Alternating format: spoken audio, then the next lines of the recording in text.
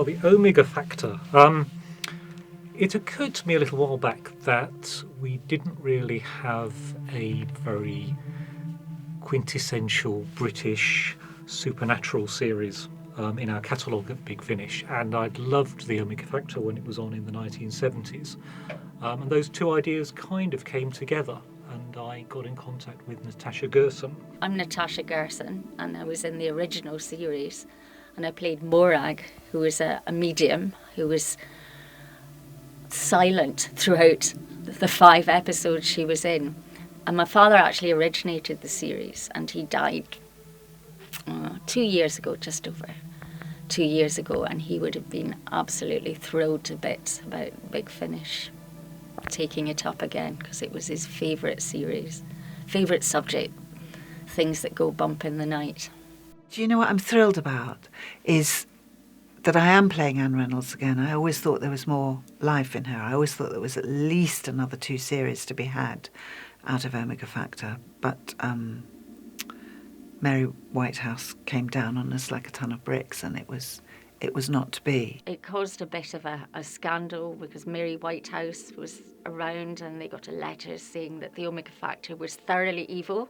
My father was particularly proud of that. I've still got it somewhere. I must try and find it and let David see it. So we could never kind of conclude what we'd started. But what I'm thrilled about is that Big Finish haven't picked me up at whatever I was then, 28, I think, when I recorded it. They've allowed me to be the age I am now. So it's a very, very contemporary version. It is Department 7 all those years on. Dr. Anne Reynolds now in charge of it. And it's Tom Crane's son who's come back into the picture, also with a gift of telepathy and being a medium and, investigating parapsychology. Adam is the son of Tom Crane, who was James Hazeldene's character in the original series. He didn't really know Tom. I don't think they've actually met, and this is probably obvious from the fact that he doesn't share a surname with him. His mother was quite. It wasn't the romance of the century, and he's looking into his father. Following his father's death, his father had left various files and documents that he wanted to go to Department 7, and so it's a completely new world to Adam, even though he shares some of his father's gifts and psychic abilities. But hasn't really had the chance to develop them or do anything with them, and obviously meeting up with Department 7 is starting to bring those elements out for him. Happily, as it's audio, Morag now actually says something, because she went through 5 episodes of the original series not saying a word. I think I got to scream, so it's nice to give Morag a voice. She's been catatonic for 20 years. They found her near Waverley Station in Edinburgh, and the dreaded Drexel, I think that was her mentor. I think he's dead, but you never know. He might come back as well, but it's really interesting the way they brought her back and the connection with the original character, Tom Crane's son. So I'm fascinated. I've read the episodes in the first series, so I'm fascinated to see how it develops. Much as Department 7 is new to Adam, the whole sort of series was new to me, so it was kind of coming in and discovering much as he was discovering it, the world that he was becoming a part of.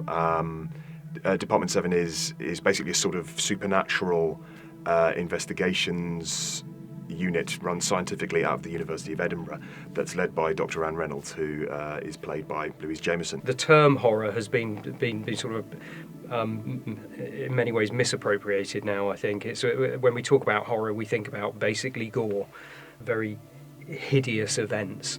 And we knew we didn't want to do that. We knew this wasn't about gory horror. This was about a spine-chilling storytelling, which are these sorts of phrases that I think probably aren't popular now, are they? No. Anymore. But psychological horror.